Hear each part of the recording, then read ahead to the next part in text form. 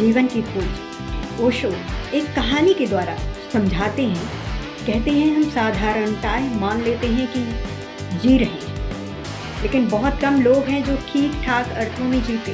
बहुत कम लोग हैं जिन्हें इस बात का पता भी चल पाता है कि उनके पास जीवन था।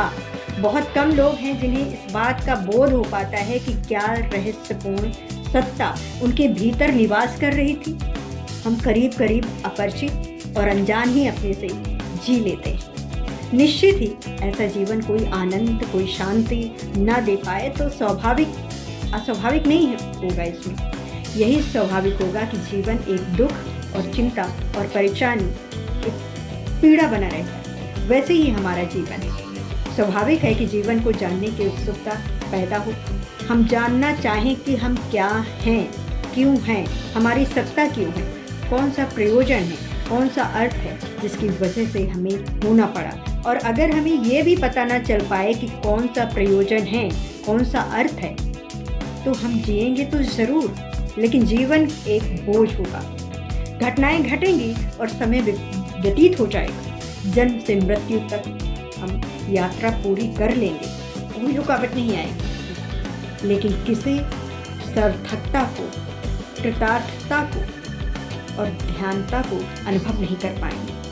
बहुत थोड़े से लोग ही हैं जिनका जीवन की सार्थकता को जान पाते हैं। हर एक मनुष्य के लिए जीवन को जानने के लिए सर्वप्रथम आवश्यक होगा कि उसके भीतर कोई प्यास हो। बुद्ध ये कहानी बड़ी अच्छी जो बताते हैं, वो कहते हैं कि बुद्ध एक गांव के पास ठहरे हुए थे और एक व्यक्ति ने सुबह सुबह आकर के उनसे कहा, आप इतने दिनों से, इतने वर्षों से लोगों को समझा रहे हैं परमात्मा के लिए, मोक्ष के लिए, आत्मा के लिए। कितने लोगों को परमात्मा उपलब्ध हुआ? वो पूछता है कितने लोगों को परमात्मा उपलब्ध हुआ? बुद्ध ने एक गहरी सांस ली। आपको शायद लगता होगा कि शायद वो कुछ गड़बड़ है। करीब करीब सारे लोग वैसे ही हैं। कुछ लोग बोलते हैं, कुछ लोग चुप रह जाते हैं। इसमें कोई बहुत भेद नहीं पड़ता। जो चुप बैठे हैं वे भी कोई बहुत बेहतर हालात में नहीं है।